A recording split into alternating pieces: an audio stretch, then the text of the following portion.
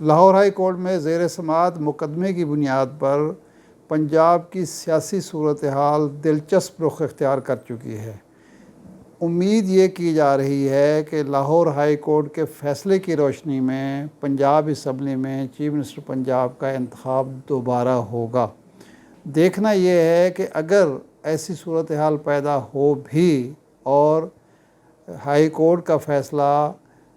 تحریک انصاف کے حق میں آئے، اس کے اتحادی پرویز الہی صاحب کے حق میں آئے، تو کیا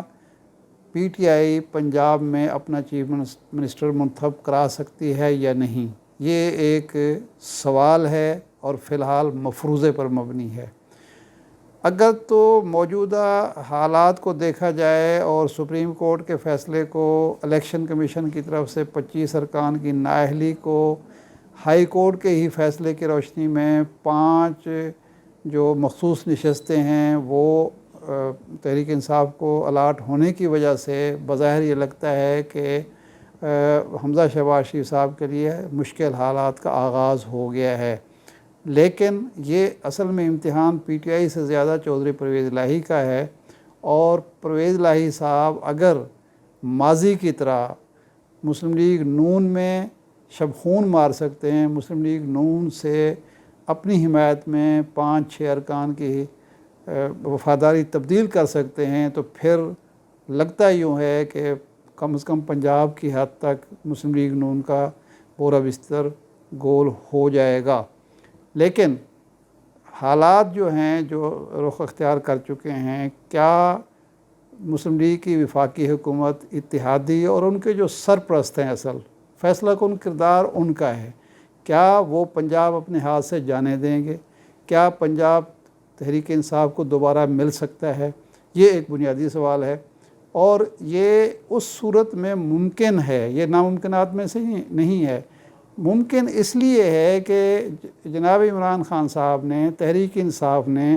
عوامی مقبولیت جو حاصل کی ہے، جس عوامی مقبولیت کے گھوڑے پر وہ سوار ہیں،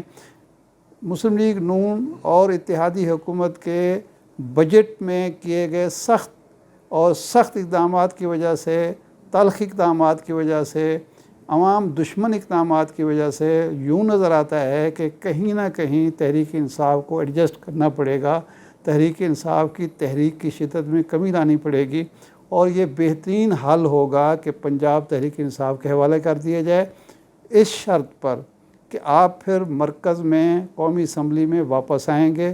سسٹم کا حصہ بنیں گے، اور موجودہ حکومت کو جو تحریک عدم اعتماد کے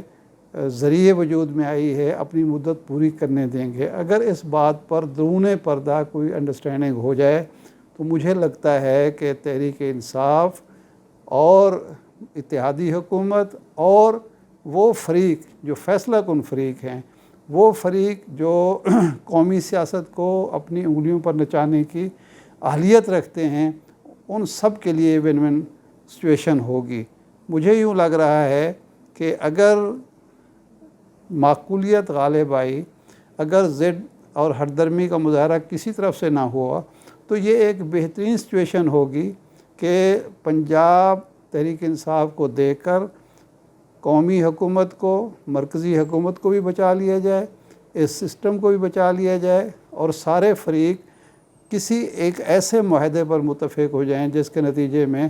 سارے فریق خوش بھی ہوں، سسٹم بھی چلے، اور سب سے بڑا جو مسئلہ اس وقت درپیش ہے پاکستان کو،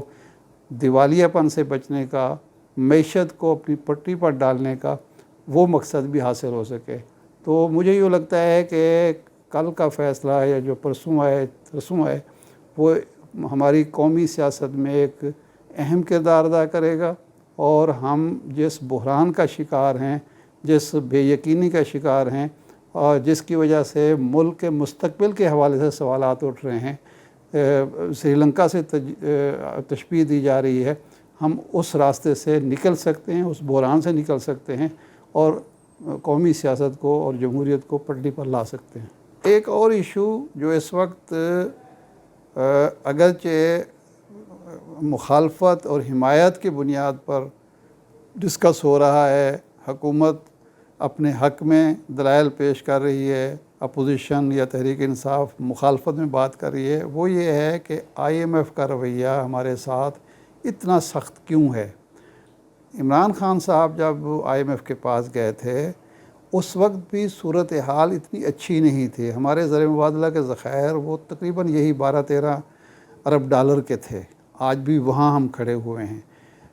عمران خان کے دور میں قرضے بھی لیے گئے لیکن زر مبادلہ کے ذخائر بھی 23 ارب ڈالر تک پہنچائے گئے، ایک دفعہ تو وہ 25 ارب ڈالر تک بھی پہنچ گئے تھے، لیکن اس کے باوجود اس کے بعد وہ واپس 23 ارب ڈالر پر آ گئے جو آج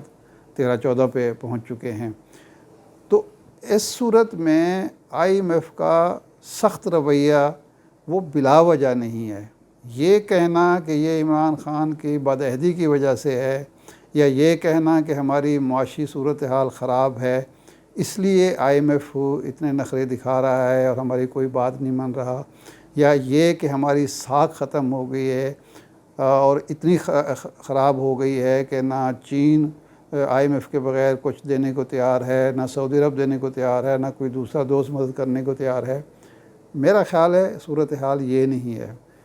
ہمارے دوست ممالک کو، IMF کو، اور جو اس رجیم چینج کا مین پلیئر تھا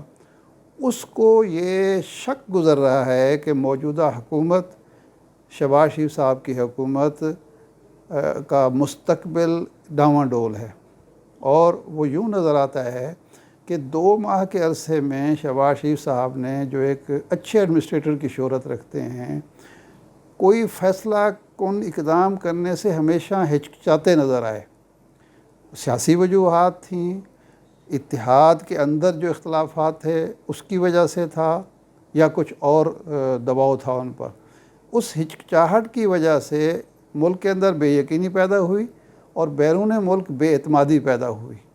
اور اس بے اعتمادی کے نتیجے میں سب نے سمجھا کہ کیا ایک ایسی حکومت کو کوئی ریلیف ملنا چاہیے مالی، یا ایک ایسی حکومت کو ہم اربوں ڈالر دے دیں جس کا کوئی مستقبل نہیں ہے، جو معلوم نہیں کتنے ماہ کے لیے ہے، کتنے ہفتوں کے لیے ہے۔ ایک تو بے اعتمادی کی وجہ یہ ہے۔ دوسرا یہ ہے کہ ماضی میں اسحاق ڈار صاحب جب وزیر خزانہ تھے تو اس وقت IMF کو، ورلڈ بینک کو اور ہمارے بین الاقوامی مالیاتی اداروں کو یہ شکایت تھی کہ اعداد و شمار، بجٹ کے اعداد و شمار میں یا معاشی اعداد و شمار میں ہیر پھیر ہوتا ہے، غلط بیانی کی جاتی ہے، اور ہمیں جو کچھ کہا یا دکھایا جاتا ہے حقیقت میں ایسا ہوتا نہیں ہے۔ یہ کہنا کہ عمران خان صاحب نے اپنے اقتدار کے آخری دنوں میں IMF کی بعض شرائط نہیں مانی جو پیٹرولیم مصنوعات کے حوالے سے تھیں، اس کی وجہ سے IMF ناراض ہے، میں سمجھتا ہوں یہ ایک سنگین معاملے کو، بڑے معاملے کو چھوٹا کر کے دیکھنے یا سادہ لوہی سے دیکھنے کے برابر ہے۔ اصل میں اعتماد کا فقدان، ٹرسٹ ڈیفیسٹ جو ہے وہ موجودہ حکومت اور عالمی مالیاتی اداروں کے درمیان ہے، ایک پہلو۔ دوسرا یہ ہے کہ عمران خان صاحب نے درست یا غلط اس سسٹم پر جو لیبل لگا دیا ہے کہ یہ رجیم چینج امریکہ کی مرضی سے ہوئی ہے، اس کی وجہ سے بھی شکوک شبہات موجود ہیں۔ اور تیسرا، امریکہ کے بارے میں یہ ہمیں مان لینا چاہیے، یہ ہمارے ذہن میں رہنا چاہیے کہ وہ عوام کی ناراضگی یا خوشی کو، کسی بھی ملک کے عوام کے بارے میں انتہائی حساس ہوتا ہے، اور وہ یہ اس بات کو ضرور دیکھتا ہے کہ وہاں کے عوام کی رائے کیا بن رہی ہے۔ امریکہ ہرگز نہیں چاہے گا کہ 22 کروڑ عوام کے ملک کو اور پاکستان کو اپنے مفادات کے خلاف جانے پر مجبور کرے، یا یہ تاثر دے کہ اسے پاکستان کے مفادات، پاکستان کے عوام کے مفادات کا کوئی احساس ہی نہیں ہے۔ تو وہ بھی جو توقعات تھیں کہ جی ہر جگہ پہ ہمیں ریلیف دے گا اور ہمیں اربوں ڈالر دلوائے گا، وہ بھی میرے خیال ہے تذبذب کا شکار ہے، اور اسی وجہ سے موجودہ حالات میں ہماری معیشت سنبھل نہیں رہی، سیاسی استحکام آ نہیں رہا، بے یقینی ختم نہیں ہو رہی، اور حکومت مشکلات کا شکار ہے۔